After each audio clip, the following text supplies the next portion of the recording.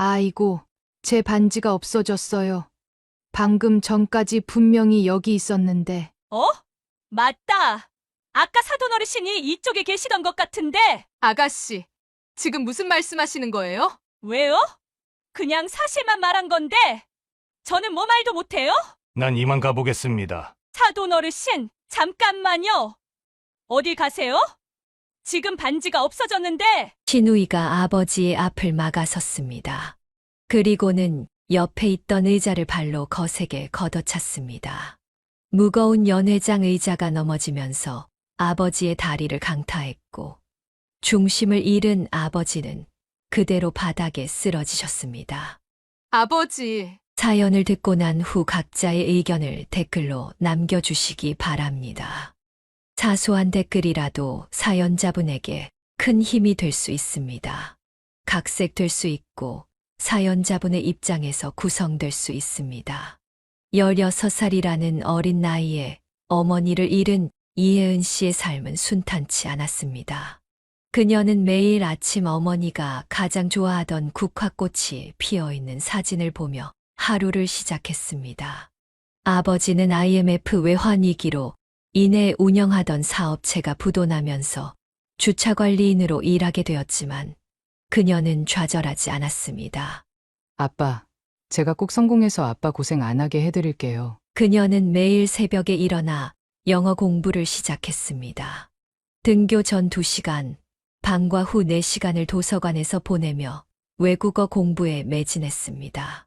주말에는 아르바이트로 번 돈으로 회화학원을 다녔고 틈틈이 인터넷 강의를 들으며 실력을 쌓았습니다. 고등학교 3학년이 되자 그녀는 더욱 치열하게 공부했습니다. 점심시간에도 도시락을 들고 도서관으로 향했고 학교 후에는 밤 10시까지 공부했습니다. 그녀의 꿈은 확고했습니다. 하늘을 나는 스튜어디스가 되어 세상의 다양한 사람들을 만나고 여러 나라의 문화를 경험하고 싶었습니다. 노력은 결실을 맺었고 그녀는 우수한 성적으로 항공서비스학과에 합격했습니다. 대학 생활도 그녀에게는 또 다른 도전의 연속이었습니다. 아침부터 저녁까지 빡빡한 수업 일정을 소화하면서도 밤에는 호텔 연회장에서 아르바이트를 했습니다. 서비스 실무를 배우면서 등록금도 모을 수 있는 일석이조의 기회였습니다. 3학년이 되자 그녀는 본격적으로 항공사 입사를 준비했습니다. 메이크업과 헤어스타일링을 배우고 체형 관리를 위해 필라테스도 시작했습니다. 영어 면접을 대비해 원어민 스터디에 참여했고 중국어와 일본어도 기초부터 차근차근 공부했습니다. 마침내 졸업을 앞둔 겨울, 그녀는 항공사 승무원 채용에 지원했습니다. 서류 전형부터 1차, 2차 면접까지 모두 통과했고, 최종 면접에서도 당당한 모습을 보여주었습니다. 이혜은 씨는 어려운 환경 속에서도 꿈을 위해 노력한 점이 매우 인상적입니다. 합격입니다. 면접관의 말에 그녀의 눈시울이 붉어졌습니다. 어머니가 하늘에서 지켜보고 계실 거라는 생각에 가슴이 벅찼습니다. 주차장 부스에서 늦은 밤까지 일하시는 아버지를 생각하니 더욱 뿌듯했습니다. 모든 전형을 단번에 통과한 그녀는 신입 승무원 교육에서도 두각을 나타냈습니다. 승객 응대 시뮬레이션에서는 최우수 평가를 받았고 안전교육에서도 만점을 기록했습니다. 교관들은 그녀의 성실함과 밝은 태도를 높이 평가했고 동기들 사이에서도 모범이 되었습니다. 이제 그녀는 하늘을 나는 스튜어디스가 되었습니다. 첫 비행을 앞둔 날 아침 거울 앞에서 유니폼을 입어보며 그녀는 다짐했습니다. 꿈 같은 나날을 보내던 그녀의 건강에 적신호가 켜지기 시작했습니다. 이혜은 씨는 스튜어디스로서 6년간 열정적으로 일했지만 불규칙한 비행 스케줄과 시차 적응으로 인한 스트레스가 그녀의 몸을 서서히 지치게 만들었습니다. 처음에는 가벼운 감기 증상이었습니다. 하지만 그녀는 남들보다 회복이 더뎠고 한 번 아프면 쉽게 낫지 않았습니다. 기내의 건조한 공기와 잦은 고도 변화는 그녀의 면역력을 더욱 약화시켰습니다. 이혜은 씨, 이번에도 항공 스케줄 빠져야 할 것 같은데. 그녀는 매달 한두 번씩 비행을 취소해야 했습니다. 아무리 노력해도 건강은 나아지지 않았고 오히려 점점 더 악화되었습니다. 만성 피로와 두통이 일상이 되었고 잦은 호흡기 감염으로 응급실을 찾는 일도 많아졌습니다. 선생님, 제가 다시 예전처럼 일할 수 있을까요? 지금 상태로는 스튜어디스 업무를 지속하기 어려울 것 같네요. 건강을 위해서는 직종 변경을 고민해 보셔야 할 것 같습니다. 의사의 말은 그녀에게 큰 충격이었습니다. 밤새 눈물을 흘리며 고민했지만 결국 그녀는 현실을 받아들이기로 했습니다. 그토록 꿈꾸던 하늘의 길을 포기해야 한다는 사실이 가슴 아팠지만 건강이 더 나빠지기 전에 결단을 내려야 했습니다. 사직서를 제출하던 날, 그녀는 마지막으로 유니폼을 입어보았습니다. 거울 속에 비친 자신의 모습을 보며 그동안의 추억들이 주마등처럼 스쳐 지나갔습니다.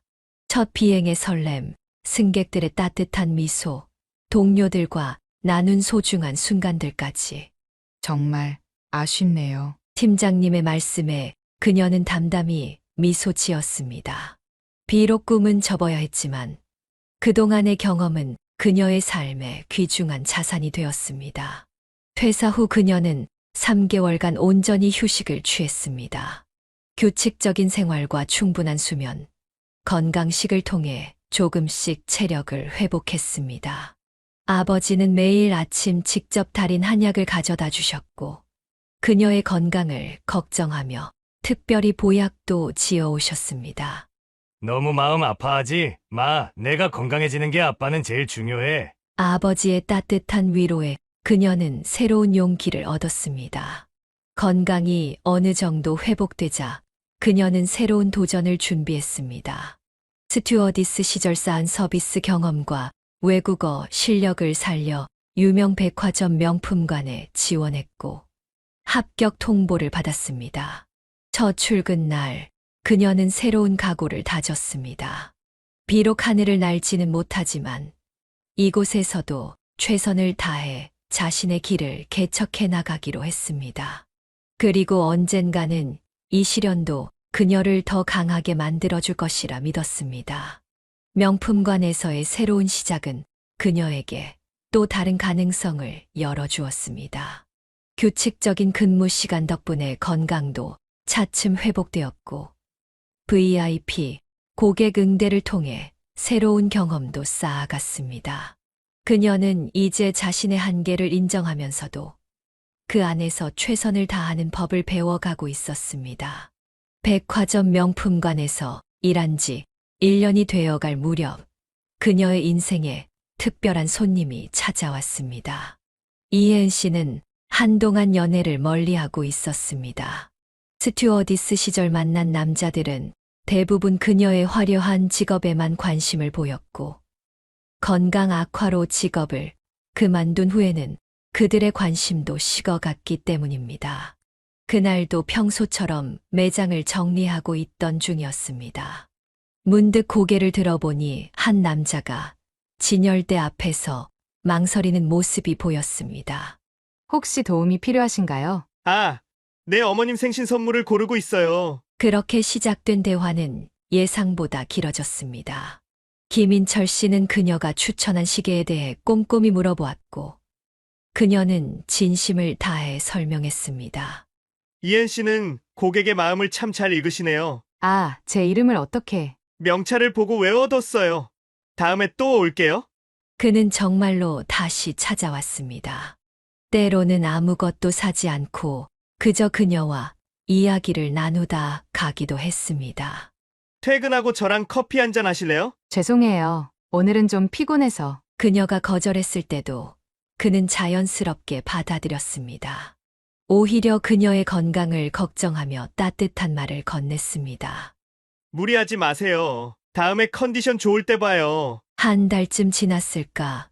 그녀는 자신도 모르게 그를 기다리고 있는 자신을 발견했습니다. 그리고 어느 날 그녀는 용기를 내어 먼저 말을 걸었습니다. 저기, 오늘은 제가 커피 한잔 하자고 해도 될까요? 네?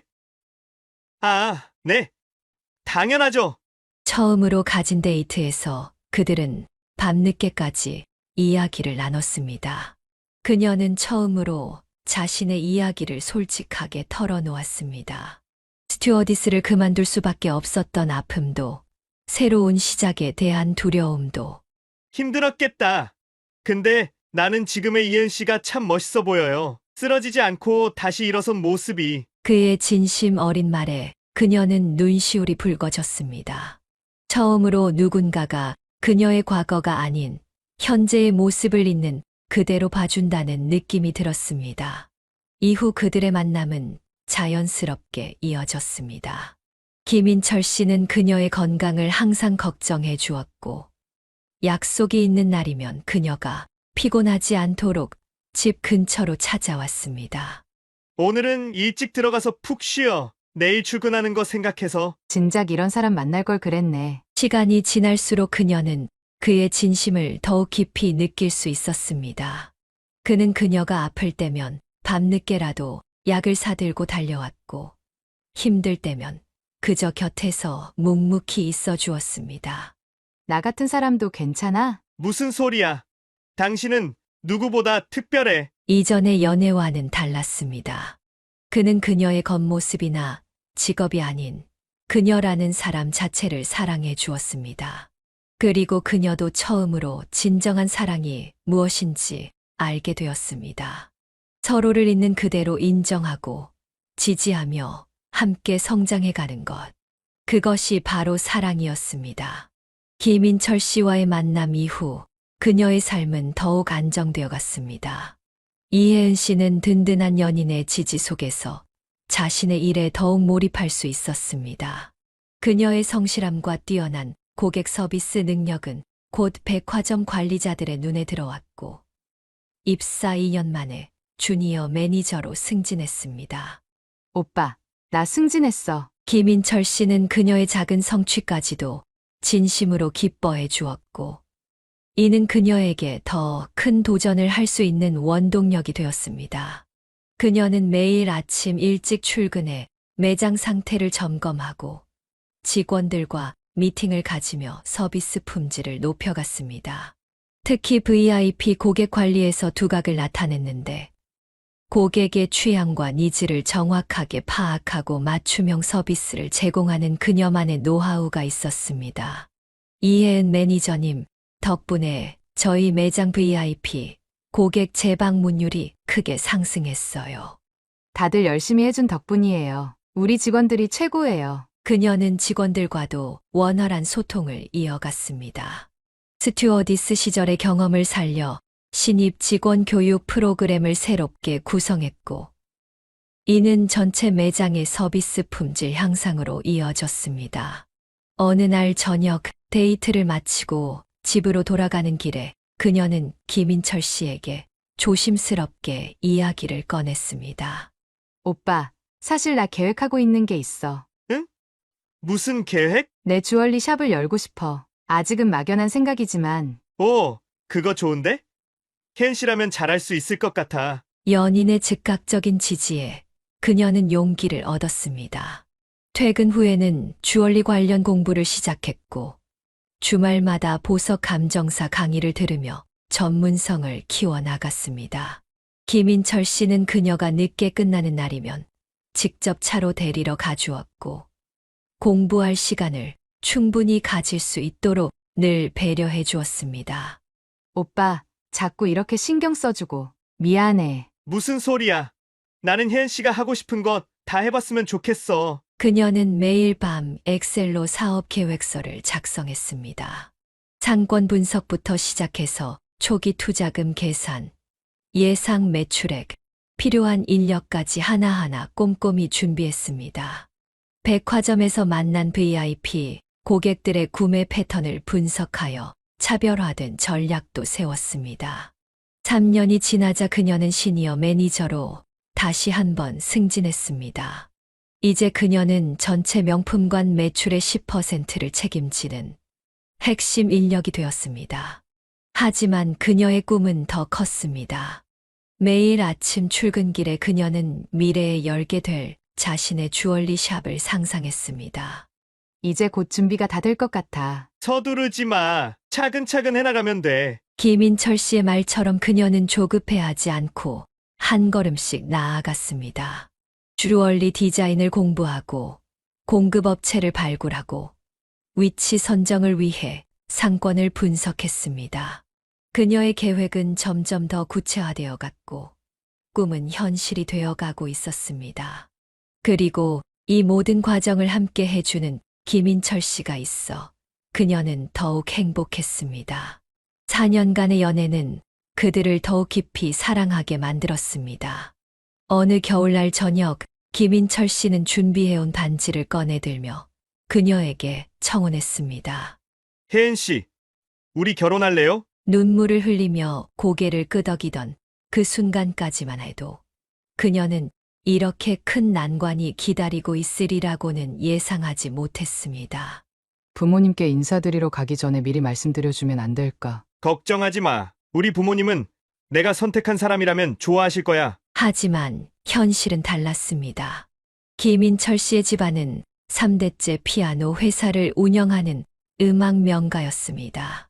시아버지는 유명 음대 교수였고 시어머니는 젊은 시절 유명 피아니스트로 활동했었습니다.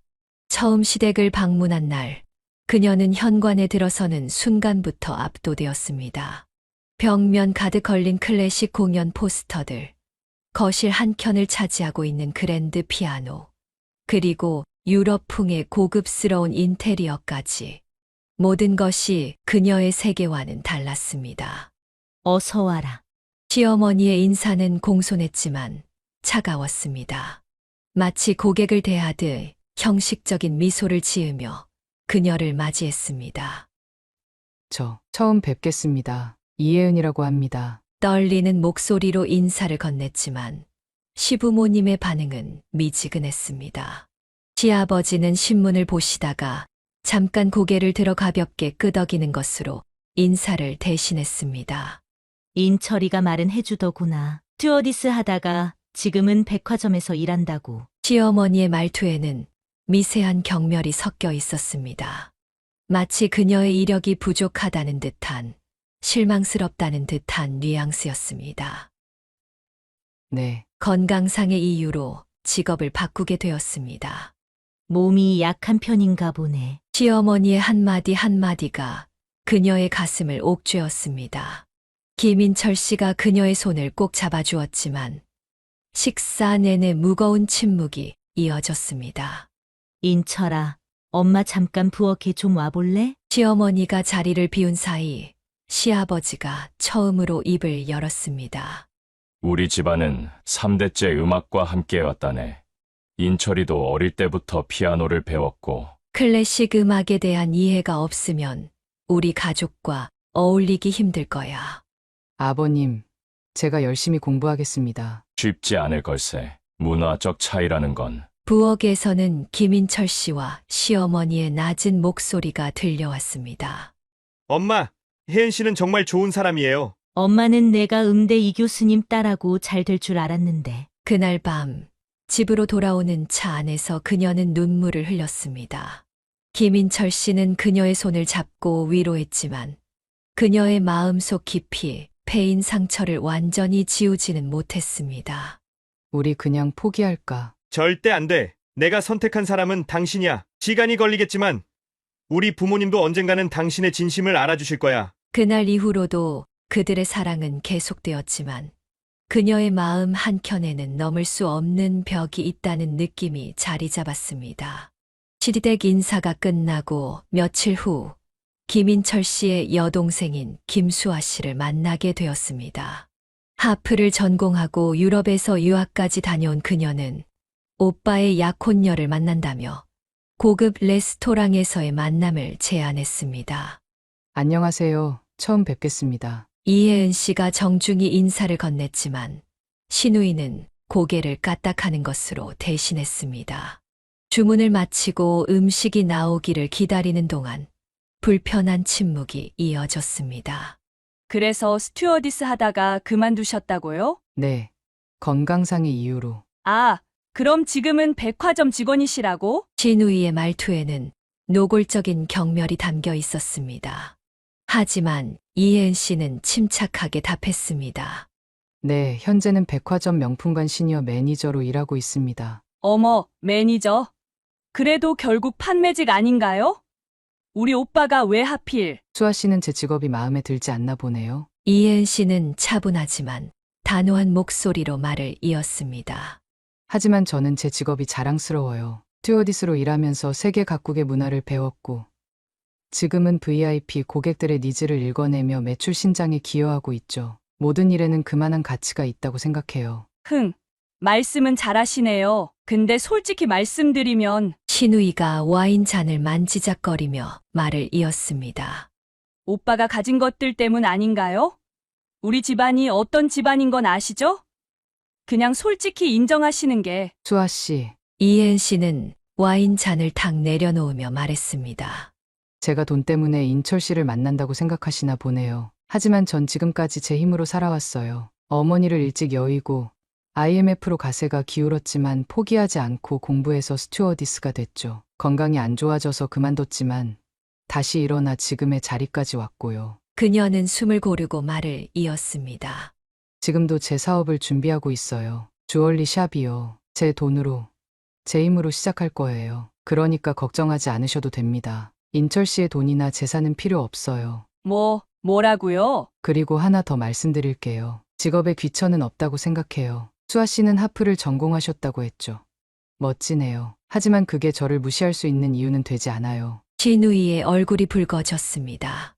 무례하시네요. 이러면 좋을 거 없을 텐데. 저도 인철 씨에게 오늘 있었던 일을 있는 그대로 말씀드리죠. 녹음도 해뒀으니까요. 이혜은 씨는 테이블 위에 놓여있던 핸드폰을 들어보였습니다. 이런 자리가 있을 것 같아서 미리 준비했어요. 제가 스튜어디스 생활을 하면서 배운 게 하나 있다면 언제나 만일의 사태에 대비하는 거예요. 신우이는 창백해진 얼굴로 자리에서 일어났습니다. 이 대화는 여기서 끝내죠. 그리고 수아 씨, 앞으로도 저를 무시하려 들면 그냥 넘어가지 않을 거예요. 전 더 이상 참을 만큼 어리지 않거든요. 떠나는 신우이를 보며 이혜은 씨는 깊은 한숨을 내쉬었습니다. 이제 시작일 뿐이라는 걸 그녀는 알고 있었습니다. 신우이와의 불편한 만남 이후 김인철 씨는 혜은 씨의 녹음을 직접 들었습니다. 그는 동생의 무례한 행동에 대해 부모님께 알렸고, 이를 계기로 시아버지는 이혜은 씨와 단둘이 이야기를 나누고 싶다고 했습니다. 혜은 씨, 우리 집에서 차 한잔 할까요? 불안한 마음으로 시댁을 방문한 그녀였지만 시아버지는 평소와는 다른 따뜻한 미소로 그녀를 맞이했습니다. 수아가 했던 이야기들을 들었어요. 그리고 이혜은 씨가 보여준 대응이 인상적이었습니다. 네? 감정적으로 대처하지 않고 차분하게 자신의 입장을 밝히는 모습이 보기 좋았어요. 우리 인철이가 왜 이혜은 씨를 선택했는지 조금은 알 것 같네요. 시아버지는 천천히 차를 마시며 이야기를 이어갔습니다. 솔직히 말씀드리면 처음에는 이혜은 씨의 배경이 마음에 걸렸습니다. 하지만 그건 우리의 편견이었던 것 같네요. 이혜은 씨가 준비하고 있다는 주얼리 샵 계획도 들었는데 참 체계적이더군요. 그날 그녀는 처음으로 시아버지께 자신의 이야기를 솔직하게 들려드렸습니다. 어린 시절에 고단했던 기억들, 스튜어디스의 꿈을 이루기 위해 노력했던 순간들, 그리고 건강을 잃고 다시 일어서기까지의 과정을. 아버님, 저는 인철 씨의 재산이나 가문을 보고 선택한 게 아닙니다. 그의 진심과 배려, 그리고 저를 있는 그대로 봐주는 시선, 그것들이 저에겐 무엇보다 소중했습니다. 시아버지의 눈시울이 붉어졌습니다. 이혜은 씨, 미안해요. 우리가 너무 섣부른 판단을 했네요. 그 대화 이후 시부모님의 태도는 눈에 띄게 달라졌습니다. 시어머니는 직접 양가 상견례 자리를 준비하겠다고 나섰고, 이혜은 씨의 아버지를 각별히 배려했습니다. 이렇게 성실하고 훌륭한 따님을 키우신 건 모두 아버님의 공이시죠. 상견례 자리에서 시어머니는 이혜은 씨의 아버지께 진심 어린 존경을 표했습니다. IMF 이후 힘들었던 시기에도 딸의 교육을 위해 밤낮으로 일하신 아버지의 이야기를 들으며 시부모님은 깊은 감동을 받았습니다. 우리 혜은이가 잘 부탁드립니다. 아니에요. 저희가 오히려 이렇게 좋은 사위를 맞이하게 되어 감사할 따름입니다. 양가의 부모님들은 서로를 향한 깊은 이해와 존중 속에서 훈훈한 시간을 보냈습니다. 시부모님은 신혼집 또 이혜은 씨의 아버지를 고려해 친정과 가까운 곳으로 알아봐 주셨습니다. 혜은아, 이제 우리 딸이 앞으로는 편하게 엄마, 아빠라고 불러도 돼. 시어머니의 말씀에 그녀는 눈물을 감출 수 없었습니다. 그녀는 시부모님을 자주 찾아뵙고 소소한 선물도 챙겼습니다. 주말이면 시어머니와 함께 장을 보러 다니며 음식 레시피를 배우기도 했고, 시아버지의 클래식 음악 이야기에도 진지하게 귀 기울였습니다. 처음에 차가운 벽은 어느새 사라지고 그 자리에 따뜻한 가족애가 피어나고 있었습니다. 결혼 3년 차가 되던 해, 이혜은 씨는 드디어 자신의 주얼리 샵을 열었습니다. 번화가에서 조금 벗어난 주택가와 상가가 어우러진 동네였지만 그녀는 이곳의 가능성을 확신했습니다.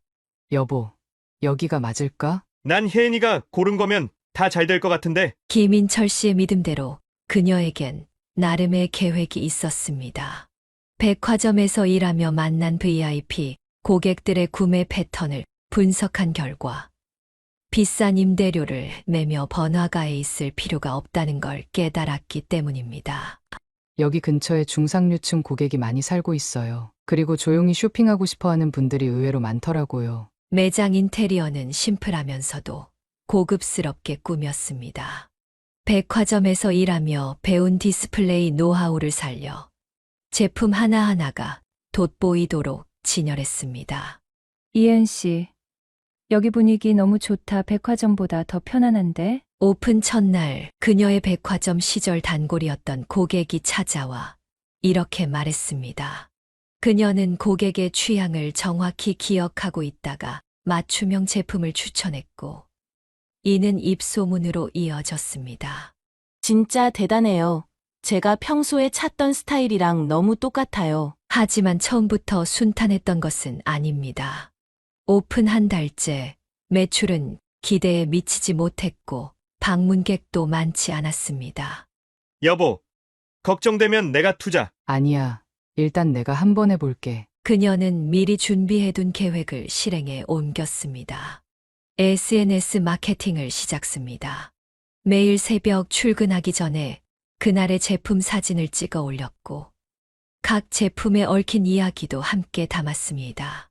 오늘의 주인공은 1920년대 아르데코 스타일에서 영감을 받은 반지입니다. 날렵하면서도 우아한 곡선이 특징이에요. 전문성이 묻어나는 그녀의 게시물은 주얼리 애호가들 사이에서 인기를 끌었고 점차 팔로워가 늘어났습니다. 3개월 차부터는 프라이빗 주얼리 클래스를 시작했습니다. 소수의 고객을 초대해 와인을 마시며 주얼리의 역사와 감상법을 이야기하는 자리였습니다. 스튜어디스 시절 익힌 외국어 실력으로 해외 주얼리의 이야기를 들려주자 참석자들은 열광했습니다. 이런 이야기는 처음 들어봐요. 주얼리가 이렇게 깊이 있는 줄 몰랐어요. 6개월 차에 접어들자 입소문이 퍼지기 시작했습니다. 유명 연예인의 스타일리스트가 방문하더니 드라마 의상 협찬을 제안했습니다. 이혜은 씨 안목이 정확히 제가 찾던 거예요. 우리 드라마 여주인공 스타일과 딱 맞을 것 같아요. 드라마 협찬을 계기로 샵의 인지도는 급상승했습니다. 하지만 그녀는 여기서 안주하지 않았습니다. 고객 데이터베이스를 구축해 개인별 취향과 구매 이력을 꼼꼼히 관리했고 특별한 날이면 맞춤형 제안을 담은 메시지를 보냈습니다. 8개월이 지나자 그녀의 주얼리 샵은 지역에서 가장 핫한 플레이스가 되었습니다. 예약제로 운영할 정도로 많은 고객이 찾았고, 매출은 당초 목표의 2배를 넘어섰습니다. 여보, 내가 자랑스러워. 고마워. 당신이 있어서 여기까지 올 수 있었어. 드디어 그녀는 자신의 꿈을 이뤘습니다. 그리고 이제는 새로운 꿈을 꾸기 시작했습니다. 더 많은 사람들에게 주얼리의 아름다움을 전하는 것. 그것이 그녀의 새로운 목표가 되었습니다. 가게가 자리를 잡아가던 어느 날, 예고 없이 신우이가 찾아왔습니다. 김수아 씨는 친구들 5명을 데리고 왔습니다. 언니, 오랜만이에요. 친구들이랑 왔어요. 겉으로는 친근한 목소리였지만 그녀의 눈빛은 차가웠습니다. 아, 아가씨 오셔서요. 수아야, 여기가 그 올케 언니 가게야? 생각보다 분위기 괜찮다. 신우이의 친구들이 매장을 둘러보며 이것저것 만져보기 시작했습니다. 이혜은 씨는 불안한 예감을 느꼈습니다. 언니, 우리 친구들한테 특별 할인해줘야 하는 거 아시죠? 다들 SNS에서 영향력 있는 사람들이에요. 죄송하지만 저희는 정찰제로 운영하고 있어요. 뭐예요? 신우이 친구들한테 그것도 안 해준다고요? 김수아 씨의 목소리가 갑자기 높아졌습니다. 수아 씨, 여기는 제 사업장이에요. 모든 고객을 공평하게 대우하는 게 원칙이고요. 뭐요? 새언니 지금 우리 보고 그냥 일반 고객이랑 같다는 거예요? 신우이는 진열대 위에 목걸이를 거칠게 집어들었습니다. 이거 얼마예요? 백화점보다 비싸네. 언니 원가가 얼마인지 다 알아요. 이렇게 바가지 씌우시게? 그 제품 조심스럽게 다뤄주세요. 손상되면 배상하셔야 합니다. 이혜은 씨의 단호한 목소리에 매장 안이 순간 조용해졌습니다. 뭐라고요? 배상. 언니 나한테 지금 뭐라고 하는? 네, 배상이요. 그리고 이런 식의 행동은 영업 방해가 될 수 있어요. 신우이의 얼굴이 새빨개졌습니다. 야! 너희들 봤지? 이게 무슨 고급 주얼리 샵이야? 여기 물건들 다 짝퉁 아냐? 내가 블로그에 올려버릴 거야! 아가씨 억지 그만 부리세요. 지금 허위사실 유포로 협박하시는 건가요? 신우이의 친구들은 하나 둘 매장을 빠져나가기 시작했습니다. 하지만 이것은 시작에 불과했습니다. 다음 주에는 신우이가 술에 취해 찾아와 오빠를 꼬신 무슨 수로 결혼했냐며 소리를 질렀고, 그 다음 주에는 새벽에 찾아와 매장 유리창을 두드리며 난동을 부렸습니다. 결국 이혜은 씨는 더 이상 참지 않기로 했습니다. 수아 씨, 이제 그만하세요. 다음에 또 이런 일이 있으면 시부모님께 모든 걸 말씀드리고 경찰에도 신고하겠습니다. 언니 감히! 지금까지 시부모님 체면 생각해서 참았지만 이제는 안 되겠네요. 김수아 씨는 그제야 제정신이 든 듯했습니다. 하지만 이혜은 씨는 그녀의 눈빛에서 이것이 끝이 아님을 직감했습니다. 앞으로 더 큰 폭풍이 올 것임을. 신우이의 영업방해가 있은 후 이혜은 씨는 매장 관리를 더욱 철저히 했습니다. 매일 밤 재고 실사를 하던 중 이상한 점을 발견했습니다. 고가의 반지들이 하나둘씩 사라지고 있었던 것입니다. 처음에는 자신의 실수라고 생각했습니다. 하지만 의심이 들자 CCTV를 꼼꼼히 확인해보기 시작했습니다. 그리고 그녀는 충격적인 장면을 목격했습니다. 신우이는 매장이 복잡할 때마다 찾아와 진열대 앞에서 주변을 살피다가 순식간에 제품을 자신의 가방에 넣는 모습이 찍혀 있었습니다. 더 놀라운 것은 그 횟수였습니다.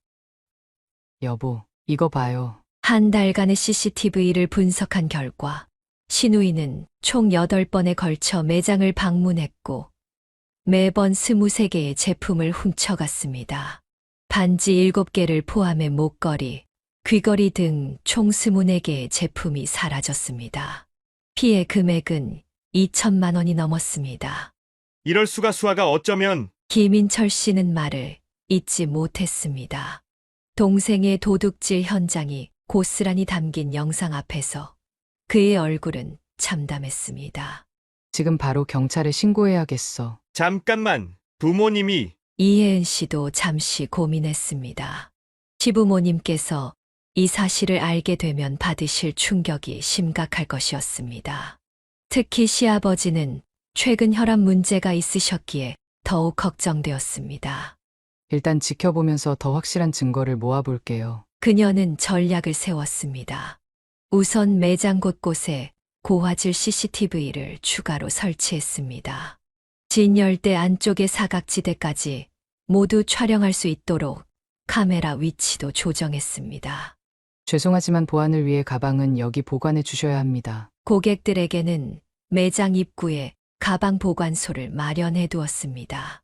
처음에는 불편해하는 고객도 있었지만 오히려 이런 철저한 보안 정책이 고급 주얼리 샵의 이미지를 높이는 데 도움이 되었습니다. 여기는 확실히 다르네요. 제품 관리가 철저해서 믿음이 가요. 예상치 못한 반응이었습니다. 보안 강화로 인해 오히려 매출이 상승했고 VIP 고객들의 신뢰도도 높아졌습니다. 하지만 신우이의 도둑질은 계속되었습니다. 이번에는 더욱 대담해져서 직원들의 시선이 다른 곳을 향했을 때 제품을 훔쳐갔습니다. 모든 것이 더욱 선명한 화질의 CCTV에 고스란히 담겼습니다. 이제 증거는 충분해요. 근데 이상한 건 이혜은 씨는 의문을 품었습니다. 부유한 집안의 딸인 신우이가 왜 이런 짓을 하는 것일까? 단순히 그녀를 괴롭히려는 것 이상의 무언가가 있을 것 같았습니다. 여보, 수아 씨, 혹시 도박 같은 거. 김인철 씨의 표정이 굳어졌습니다. 최근 신우이가 유흥비를 과도하게 쓴다는 이야기가 있었고 시부모님께 돈을 자주 요구한다는 소문도 있었습니다. 이혜은 씨는 모든 증거를 USB에 담아 금고에 보관했습니다. 언제 터질지 모르는 폭탄을 안고 있는 것 같았지만 그녀는 이제 더 이상 물러설 수 없었습니다. 신우이의 범죄가 더 커지기 전에 그리고 시부모님께 더 큰 상처가 되기 전에 이 문제를 해결해야만 했습니다. 그러던 중 시어머니의 환갑을 맞아 큰 잔치를 준비하게 되었습니다. 시부모님의 체면을 생각해서라도 이 자리만큼은 평화롭게 넘기고 싶었습니다. 하지만 신우이의 최근 행동을 보면 불안감을 떨칠 수가 없었습니다. 여보, 이번 환갑 때는 괜찮을까요? 걱정하지 마. 아무리 수아라도 그날만큼은 조신하게 있을 거야. 어머님 환갑인데. 하지만 이혜은 씨의 불안은 현실이 되고 말았습니다. 시어머니의 환갑잔치는 호텔 최상급 연회장에서 열렸습니다. 평소 클래식 음악을 사랑하는 시어머니를 위해 현악 사중주가 우아한 선율을 연주했고 하객들은 정갈한 한복 차림으로 자리를 채웠습니다. 어머님 정말 젊어 보이세요. 우아하시네요. 식구들 자랑이시겠어요? 축하객들의 진심 어린 인사가 이어졌고 이혜은 씨도 시어머니 곁에서 하객들을 맞이하며 바쁘게 움직였습니다. 평소 불편했던 관계였지만 이날만큼은 시어머니의 환갑잔치를 성공적으로 치르고 싶었습니다. 아빠 이쪽에 앉으세요. 혜은 씨는 다리가 불편하신 친정아버지를 주의 깊게 모시고 자리에 앉혔습니다. 시부모님도 이혜은 씨의 아버지를 정중히 맞이했고 처음으로 가족들이 하나 되는 듯한 분위기였습니다. 하지만 그 평화로운 순간은 오래가지 못했습니다. 잔치가 한창일 때 연회장 입구에서 소란이 일었습니다. 신우이 김수아 씨가 친구들과 함께 나타난 것입니다. 언니, 제가 늦었죠? 깊이 파인 미니 원피스에 짙은 화장을 한 신우이의 모습에 하객들이 술렁였습니다. 특히 그녀의 비틀거리는 걸음걸이와 붉어진 얼굴을 보고 시어머니의 안색이 창백해졌습니다. 수아야, 옷이라도 갈아입고 오지. 시어머니의 떨리는 목소리였지만 신우이는 들은 척도 하지 않았습니다. 오히려 하객들 사이를 활보하며 더욱 요란스럽게 굴었습니다. 어머, 이게 누구세요? 주차장에서 보던, 죄송해요. 사돈 어르신이시죠? 신우이는 이혜은 씨의 아버지 앞에 서서 비웃듯 말했습니다. 주변이 순식간에 조용해졌습니다. 지금이라도 주차장에서 일하시면 좋을 것 같아요. 우리 호텔 주차장 자리 있던데. 야, 김수아, 너 뭐 하는 거야? 김인철 씨가 자리에서 벌떡 일어났지만 신우이는 아랑곳하지 않았습니다. 왜? 난 그냥 사돈 어르신 취직 자리나 알아봐 드리려고. 그때였습니다. 아이고, 제 반지가 없어졌어요. 방금 전까지 분명히 여기 있었는데. 신우이의 눈빛이 변했습니다. 그녀는 이혜은 씨의 아버지를 노골적으로 쳐다보며 말했습니다. 어? 맞다.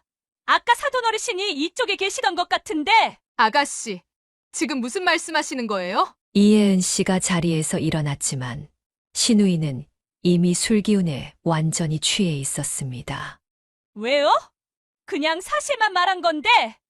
저는 뭐 말도 못해요? 이혜은 씨의 아버지가 조용히 자리에서 일어나셨습니다. 다리가 불편하신 아버지는 지팡이에 의지한 채 힘겹게 걸음을 옮기셨습니다. 난 이만 가보겠습니다. 사돈 어르신, 잠깐만요. 어디 가세요? 지금 반지가 없어졌는데. 신우이가 아버지의 앞을 막아섰습니다.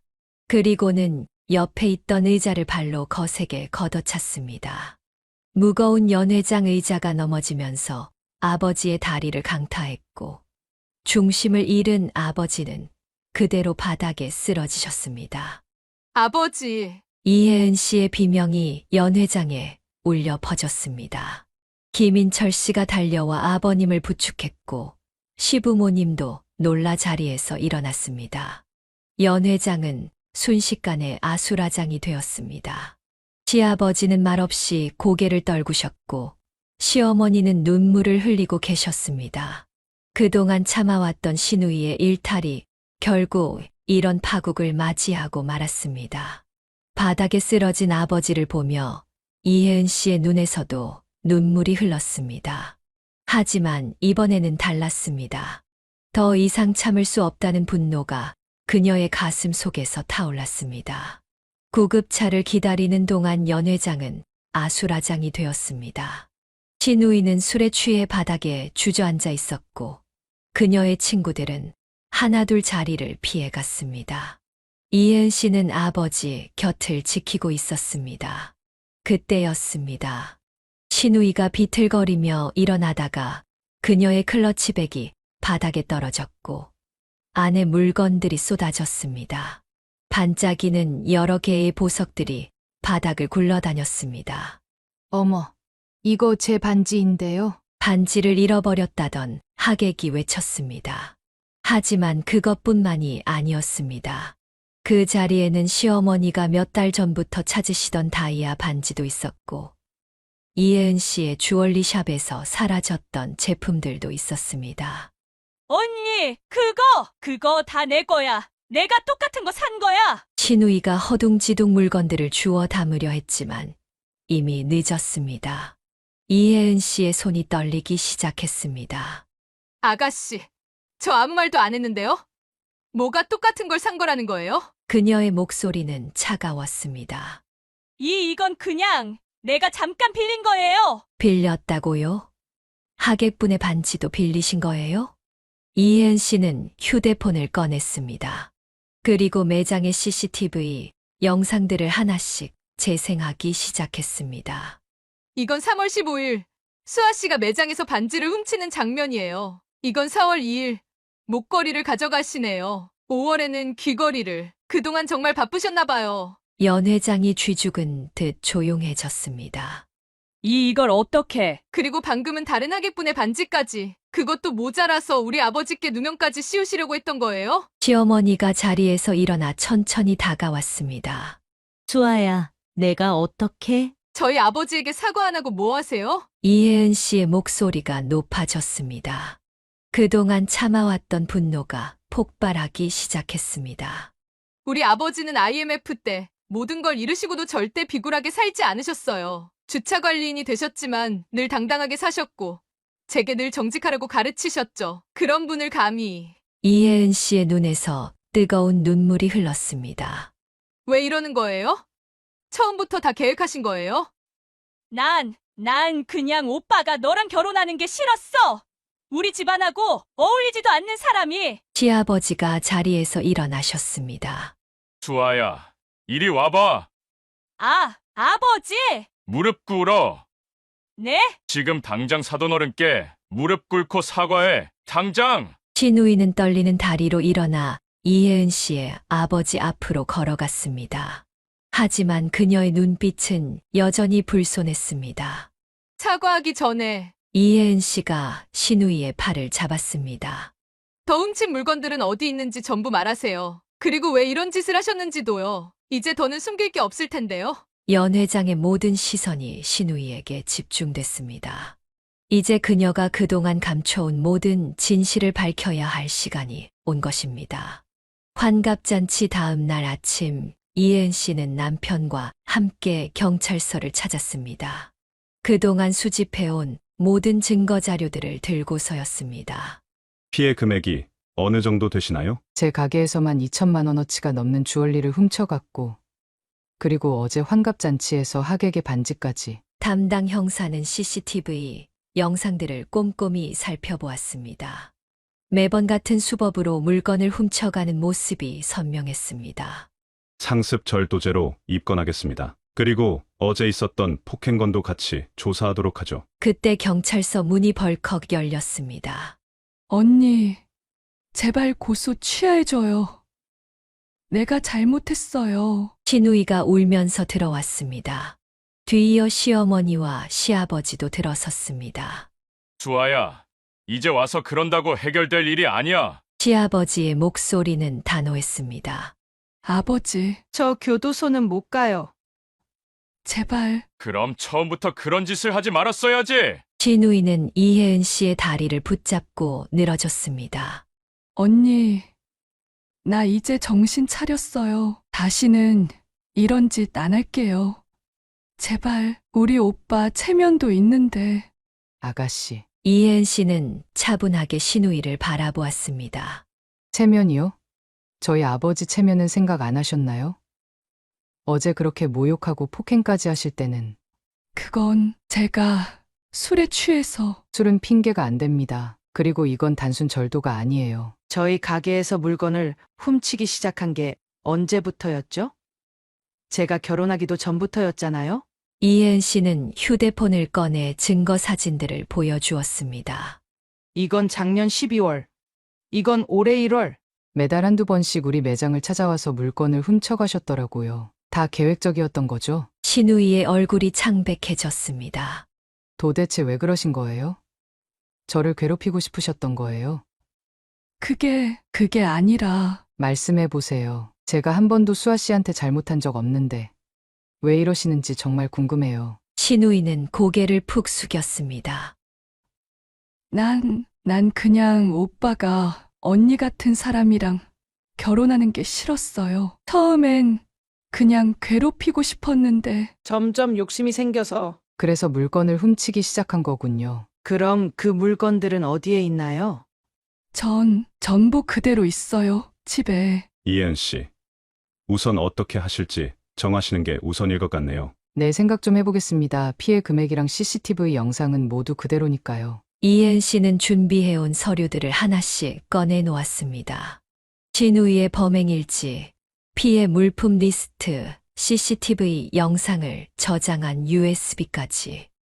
모든 것이 체계적으로 정리되어 있었습니다. 언니, 제발. 신우이는 그 자리에 주저앉아 엉엉 울기 시작했습니다. 시어머니는 한숨만 깊이 내쉬셨고 시아버지는 담담하게 경찰의 조사에 협조했습니다. 다음 날 이혜은 씨의 아버지는 여느 때와 같이 일찍 일어나 양복을 챙겨 입으셨습니다. 아버지, 어디 가세요? 사돈어른께 가봐야겠다. 제가 모시고 갈게요. 아니다. 이건 내가 혼자 가봐야 할 것 같구나. 다리가 불편하신 아버지는 지팡이를 짚고 천천히 걸음을 옮기셨습니다. 시부모님 댁에 도착하자 시어머니가 놀란 표정으로 문을 열어주셨습니다. 어머나, 사돈어른. 죄송합니다. 이른 시간에 찾아와서. 거실에는 시아버지도 계셨습니다. 이혜은 씨의 아버지는 조심스럽게 무릎을 꿇으셨습니다. 사돈어른, 그러지 마세요. 우리 혜은이가 너무 강경하게 나가서 법적 대응까지 하게 되어 죄송합니다. 아닙니다. 사돈어른, 시아버지의 목소리가 떨렸습니다. 그리고는 갑자기 자리에서 일어나 이혜은 씨의 아버지 앞에 무릎을 꿇으셨습니다. 제가 무릎 꿇어야 합니다. 자식을 잘못 키워서 이렇게 큰 죄를 저지르고 사돈어른께 이런 큰 상처를 드려서 시어머니도 눈물을 흘리며 무릎을 꿇으셨습니다.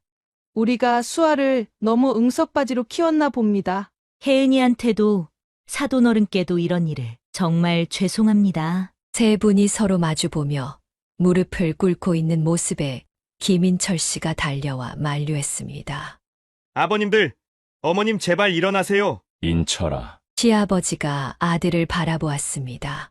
내 와이프가 얼마나 훌륭한 사람인지 이제야 제대로 알겠다. 도둑질의 모함까지 이런 일을 당하고도 묵묵히 참아내다가 이제야 법적 대응을 하겠다고 하는 걸 보니 아버지, 우리 혜은이가 혹시라도 마음에 큰 상처받지는 않았을까요? 시어머니의 눈에서 눈물이 흘렀습니다. 수아, 녀석이 처음부터 혜은이를 시기했나 봅니다. 우리 집안이라고 거들먹거리더니 결국 이런 사고를. 이혜은 씨의 아버지가 천천히 고개를 저었습니다. 다 지나간 일입니다. 이제는 수아 씨가 진심으로 반성하고 새 사람이 되는 게 중요하지요. 사돈어른의 너그러우신 마음씨에 더욱 죄송할 따름입니다. 시아버지는 주머니에서 봉투를 꺼내셨습니다. 혜은이 가게에서 도둑 맞은 물건값, 그리고 치료비까지 이게 다 보상이 될 순 없겠지만 그런 건 안 됩니다. 보상은 수아 씨가 스스로 해나가야죠. 하지만 수아 씨가 앞으로 올바른 길을 걸을 수 있게 되는 것, 그게 가장 큰 보상이 될 것 같습니다. 세 분은 서로를 바라보며 깊은 한숨을 내쉬었습니다. 자식들의 일로 이렇게 가슴 아파하고 있는 부모님들의 모습에 김인철 씨의 눈시울도 붉어졌습니다. 그날 저녁 시부모님은 직접 이혜은 씨를 찾아오셨습니다. 혜은아, 시아버지가 그녀 앞에 무릎을 꿇으려 하자 이혜은 씨가 급히 말렸습니다.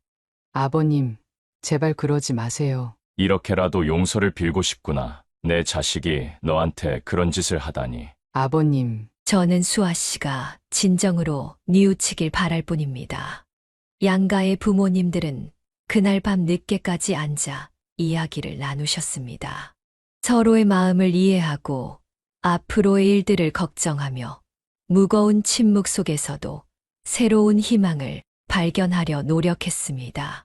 며칠 후 이혜은 씨의 주얼리샵에 예고 없이 시아버지가 찾아오셨습니다. 평소와는 다른 단단한 표정이었습니다. 아버님, 어쩐 일로? 혜은아, 수아의 범행 증거들을 전부 보여줄 수 있겠니? 시아버지의 목소리에는 흔들림이 없었습니다. 이혜은 씨는 잠시 망설였지만 금고에서 USB와 서류들을 꺼내왔습니다. 여기 있습니다. CCTV 영상이랑 피해 물품 리스트, 그리고 시아버지는 꼼꼼히 자료들을 살펴보셨습니다. 영상 속에서 신우이가 물건을 훔치는 장면들을 보시면서 그의 얼굴은 점점 굳어갔습니다. 아버님, 너무 마음 쓰지 마세요. 아니다. 이건 내가 봐야 할 것들이야. 시아버지는 한 장 한 장 서류를 넘기며 딸의 죄목들을 확인하셨습니다. 절도 횟수, 피해 금액, 그리고 환갑잔치에서의 폭행까지. 모든 것을 꼼꼼히 기록해 두신 이혜은 씨의 정확성에 감탄하시는 듯 했습니다. 혜은아, 시아버지는 천천히 일어나 이혜은 씨 앞에 고개를 숙였습니다. 그동안 정말 미안했다. 수아의 잘못된 행동을 모른 척 넘어간 것도 결국은 내 잘못이야. 아버님, 우리 며느리가 이렇게 훌륭한 사람인데 딸의 편만 들었던 내가 부끄럽구나. 시아버지의 눈에서는 눈물이 흘러내렸습니다. 수아가 저지른 일들, 이제야 제대로 알게 되었구나. 내가 그동안 얼마나 참아왔는지 이 자료들을 보니 더욱 가슴이 아프다. 이혜은 씨는 시아버지의 진심 어린 모습에 마음이 흔들렸습니다. 이렇게 찾아온 건, 혜은아, 내가 수아를 용서해줬으면 해서야. 아버님, 물론 수아의 잘못을 덮으려는 게 아니다. 그 아이가 진심으로 뉘우치고 앞으로는 바르게 살 수 있도록 내가 한 번만 기회를 줬으면 좋겠구나. 시아버지는 이혜은 씨 앞에 무릎을 꿇으셨습니다. 제발 수아를 용서해다오. 내가 앞으로 그 아이를 바로잡을 테니. 이혜은 씨는 시아버지의 흔들리지 않는 눈빛에서 진심을 읽을 수 있었습니다. 그것은 자식에 대한 진정한 사랑이자 올바른 길로 인도하고자 하는 아버지의 마음이었습니다. 아버님, 일어나세요. 제가 수아 씨를 용서하겠습니다. 혜은아, 하지만 한 가지 조건이 있어요. 수아 씨가 진심으로 반성하고 새 사람이 되겠다고 약속해야 해요. 시아버지는 안도의 한숨을 내쉬셨습니다. 그의 어깨에 얹혀있던 무거운 짐이 조금은 가벼워진 듯했습니다. 정말 고맙다. 내가 보증하마. 수아는 반드시 달라질 거야. 이혜은 씨는 고개를 끄덕였습니다. 때로는 용서가 새로운 시작이 될 수 있다는 것을 그녀도 이해할 수 있었습니다. 이혜은 씨의 용서로 사태는 일단락되는 듯했지만 시부모님의 결단은 생각보다 더 단호했습니다. 어느 저녁 시부모님은 신우이를 서재로 불렀습니다. 수아야, 우리가 너한테 할 말이 있다. 시아버지의 목소리는 무거웠습니다. 이제부터 너는 독립해서 살아라. 네. 아버지 무슨... 이 집을 나가서 내 힘으로 살아보라는 거다. 신우이의 얼굴이 창백해졌습니다. 지금까지 내가 뭘 잘못했는지 아직도 모르는 것 같구나. 시어머니가 한숨을 쉬며 말을 이었습니다. 매달 용돈 받고 카드 긁고 하고 싶은 대로 다 하면서 내가 한 번이라도 그 돈이 어디서 오는지 생각해 본 적 있니? 도둑질까지 하면서도 그게 얼마나 잘못된 건지도 모르는 너를 보면서 우리가 널 잘못 키웠다는 생각이 들더구나. 시아버지가 서랍에서 봉투 하나를 꺼냈습니다. 여기 6개월치 월세방 계약금이랑 보증금이 들어있다. 이게 우리가 내게 해줄 마지막 지원이야. 아버지, 저 혼자는 못 살아요. 제발. 내가 지금까지 쓰던 모든 카드는 다 정지시켰다. 차도 이제 없다. 명품백이나 옷으로 가득한 내 방, 그것들도 전부 처분해라. 신우이는 자리에서 일어나 시아버지의 다리를 붙잡았습니다. 아버지, 제발요. 저 반성하고 있어요. 다시는 그런 짓 안 할게요. 반성. 넌 아직도 내가 뭘 잘못했는지 모르는 것 같구나. 시어머니가 고개를 저었습니다. 남의 물건을 훔치고 사람을 모함하고 그런 짓을 하면서도 양심의 가책을 못 느끼는 내가 더 무서워. 어머니. 이제는 내 힘으로 살아봐라. 월급 받아서 집세 내고 밥값 걱정하면서 그래야 세상이 얼마나 무서운지 돈이 얼마나 귀한지 알게 될 거야. 시아버지는 책상 위에 있던 자동차 키와 신용카드들을 서랍에 넣고 잠갔습니다. 아버지, 저 잘못했어요. 한 번만 기회를 주세요. 이게 바로 너한테 주는 기회다. 내 인생을 바로 잡을 수 있는 마지막 기회. 신우이는 오열하며 시어머니의 손을 잡았지만 시어머니는 고개를 돌리셨습니다. 내일까지 짐을 싸거라. 중개사 만나서 월세방 계약하는 것까지 도와줄 테니. 시아버지의 목소리에는 조금의 흔들림도 없었습니다. 우리가 널 너무 응석바지로 키웠어. 그게 결국 널 이렇게 만들었지. 시어머니의 눈에서 눈물이 흘렀습니다. 이제라도 내 힘으로 살아가는 법을 배워야 해. 그게 진정한 부모의 사랑이란다. 그날 밤 신우이의 흐느낌 소리가 저택에 울려 퍼졌지만 누구도 그녀를 위로하지 않았습니다. 모두가 침묵 속에서 이 결정이 옳다는 것을 알고 있었기 때문입니다. 다음 날 아침 신우이는 작은 캐리어 하나를 끌고 집을 나섰습니다. 그동안의 호화로운 삶은 뒤로하고 처음으로 자신의 힘으로 살아가야 하는 새로운 삶이 시작된 것입니다. 신우이가 집을 나간 후 이혜은 씨는 혼자만의 시간을 가지며 많은 생각에 잠겼습니다. 매장 문을 닫고 늦은 밤 집에 돌아온 그녀는 테라스에 앉아 차를 마시며 지난 일들을 돌이켜보았습니다. 여보, 아직도 그 일 생각해? 김인철 씨가 따뜻한 차를 들고 나왔습니다. 아니, 그냥 이것저것 생각하다 보니 그녀는 잠시 말을 멈추었다가 다시 이어갔습니다. 나는 늘 가난이 원망스러웠어. IMF 때 모든 걸 잃고 아버지가 주차 관리인이 되신 걸 보면서 그때 내가 얼마나 속상했던지. 차가운 밤 공기 속에서 그녀의 목소리가 깊어졌습니다. 근데 이번 일을 겪으면서 달리 보이더라고. 아가씨는 모든 걸 다 가졌는데도 행복하지 않았잖아. 오히려 그 풍족함이 독이 됐던 것 같아. 그러게. 우리 아버지는 주차 관리인이 되셨어도 절대 비굴하게 살지 않으셨어. 매일 늦게까지 일하시면서도 내 학비만큼은 꼭 마련해 주셨지. 그리고 늘 말씀하셨어. 정직하게 살아라. 그게 내 자산이 될 거다. 눈시울이 붉어졌지만 이혜은 씨의 미소는 따뜻했습니다. 처음엔 수아 씨가 너무 밉고 화가 났어요. 근데 지금은 그저 안타까워요. 좋은 환경에서 자랐는데도 오히려 그게 그 애를 옥죄었던 것 같아요. 혜은아, 돈이 전부가 아니라는 걸 이제 알게 되겠지? 난 어렸을 때부터 그걸 알았던 것 같아. 돈보다 중요한 게 있다는 걸. 그녀는 잠시 하늘을 올려다보았습니다. 어머니가 돌아가시고 나서 저는 매일 새벽에 일어나 공부했어요. 스튜어디스가 되고 싶어서. 그때의 간절함이 지금의 저를 만들었죠. 하지만 수아 씨는 그런 간절함을 모르고 자랐을 거예요. 그래도 이제 알게 될 거야. 독립해서 살면서. 네, 어쩌면 이번 일이 아가씨한테도 축복일 수도 있겠어. 진짜 삶이 뭔지 알게 될 테니까. 이혜은 씨는 자신의 결혼 반지를 바라보았습니다. 나도 많이 배웠어. 처음에는 고소하고 끝까지 밀어붙이려고 했잖아. 근데 아버님의 진심을 보면서 용서도 때로는 필요하다는 걸 깨달았어. 밤하늘의 별들이 반짝였습니다. 이혜은 씨는 문득 어머니가 생각났습니다. 어머니라면 이런 상황에서 어떻게 하셨을까? 여보.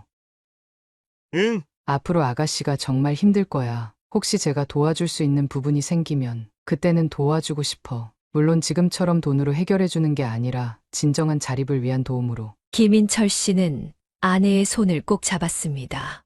그녀의 마음속에서 용서와 이해, 그리고 새로운 희망이 자라나고 있었습니다. 한 달이 지난 어느 날, 신우이는 월세방에서 시어머니께 전화를 걸었습니다. 엄마, 저 이제 정말 못 살겠어요. 월급으로는 생활이 안 돼요. 하지만 시어머니의 대답은 차가웠습니다. 그게 바로 내가 배워야 할 거야.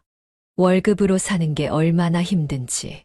하지만 엄마, 저 진짜 힘들어서 부업도 하고 있어요. 수아야, 이제 그만해라. 너 이러는 거 네 아버지가 알면 큰일 나. 시어머니는 전화를 끊으셨습니다. 신우이의 하소연은 더 이상 가족들의 마음을 움직이지 못했습니다. 반면 이혜은 씨와 시댁의 관계는 더욱 돈독해졌습니다. 주말이면 시부모님께서 직접 그녀의 주얼리 샵을 찾아오셨고 함께 식사를 하며 이야기를 나누었습니다. 혜은아, 내 덕분에 우리 가게가 이렇게 잘 되는구나. 시아버지는 매장을 둘러보시며 흐뭇해하셨습니다. 아버님 과분하세요. 제가 열심히 한 것뿐인데. 아니다. 내가 얼마나 성실하게 일하는지 우리가 다 안다. 수아는 이런 걸 배워야 하는데. 시어머니는 한숨을 내쉬셨습니다. 얼마 전 신우이가 또다시 돈을 요구하며 찾아왔다가 돌아갔다는 것이었습니다. 어머님, 너무 마음 쓰지 마세요. 시간이 해결해 줄 거예요. 혜은아, 넌 정말 우리가 이런 며느리를 두다니. 시부모님의 사랑을 받으며 이혜은 씨의 사업은 더욱 번창했습니다. 직원도 한 명 더 늘렸고 매출도 꾸준히 상승했습니다. 하지만 신우이는 여전히 변화의 기미가 보이지 않았습니다. SNS에는 부모님을 원망하는 글들을 올리기 시작했고 친구들에게는 자신이 얼마나 불공평한 대우를 받고 있는지 하소연했습니다. 여보, 수아 씨 SNS 봤어? 응. 아직도 정신을 못 차렸나 봐. 가족들이 이렇게 냉담한 건 다 수아 씨의 잘못된 행동 때문인데. 신우이의 원망 섞인 글들을 보며 가족들은 더욱 마음을 닫았습니다. 하지만 그 누구도 더 이상 그녀를 달래거나 설득하려 하지 않았습니다. 이것이 그녀가 진정으로 성장하기 위해 필요한 시간임을 모두가 알고 있었기 때문입니다. 혜은아, 주말에 우리 집에 와서 식사할래? 시어머니의 따뜻한 초대에 이혜은 씨는 미소 지었습니다. 어쩌면 이것이 진정한 가족의 모습이 아닐까. 서로를 이해하고 진심으로 아끼며 때로는 엄격할 수 있는 그런 관계. 늦가을에 선선한 바람이 불어오던 어느 날, 이혜은 씨는 매장 정리를 하다가 문득 신우이의 옛 모습이 담긴 가족 사진을 발견했습니다. 결혼식 날 찍은 사진이었습니다. 여보, 이거 봐. 우리 결혼식 사진이네. 사진 속 신우이는 환하게 웃고 있었습니다. 그때만 해도 모든 게 달랐습니다. 가끔 생각나. 아가씨가 저런 순수한 미소를 다시 찾을 수 있을까? 시간이 해결해 줄 거야. 남편의 말처럼 이혜은 씨는 시간이 모든 것을 치유할 것이라 믿었습니다. 비록 지금은 신우이가 가족들을 원망하고 있지만 언젠가는 이 시간이 그녀에게 얼마나 소중한 가르침이었는지 깨닫게 될 것이라 생각했습니다. 어제 편의점에서 수아 봤어. 정말? 응. 늦은 밤까지 일하더라. 예전에 그 도도하던 모습은 찾아볼 수 없었지만 이혜은 씨는 잠시 말을 멈추었다가 이어갔습니다. 오히려 그 모습이 더 아름다워 보이더라고. 처음으로 자기 힘으로 살아가는 모습이. 여보, 수아가 지금은 힘들겠지만 이 시간들이 쌓이면 분명 달라질 거야. 땀 흘려번 돈이 얼마나 소중한지, 정직하게 사는 게 얼마나 가치 있는 일인지. 창밖으로 단풍잎이 하나둘 떨어지고 있었습니다.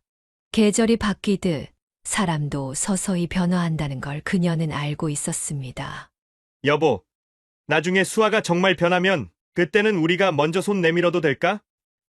그래, 그때가 오면 우리가 먼저 다가가자. 이혜은 씨는 따뜻한 미소를 지었습니다. 그녀의 마음속에는 이미 용서와 화해의 씨앗이 자라고 있었습니다. 어머님도 많이 그리워하실 것 같아. 수아가 먼저 찾아가서 진심으로 사과하고 관계를 회복하는 날이 오길. 그날이 오면 우리 집에서 다 같이 밥 먹자. 예전처럼. 남편의 말에 이혜은 씨는 고개를 끄덕였습니다. 그녀는 이제 더 이상 과거의 아픔에 매여 있지 않기로 했습니다.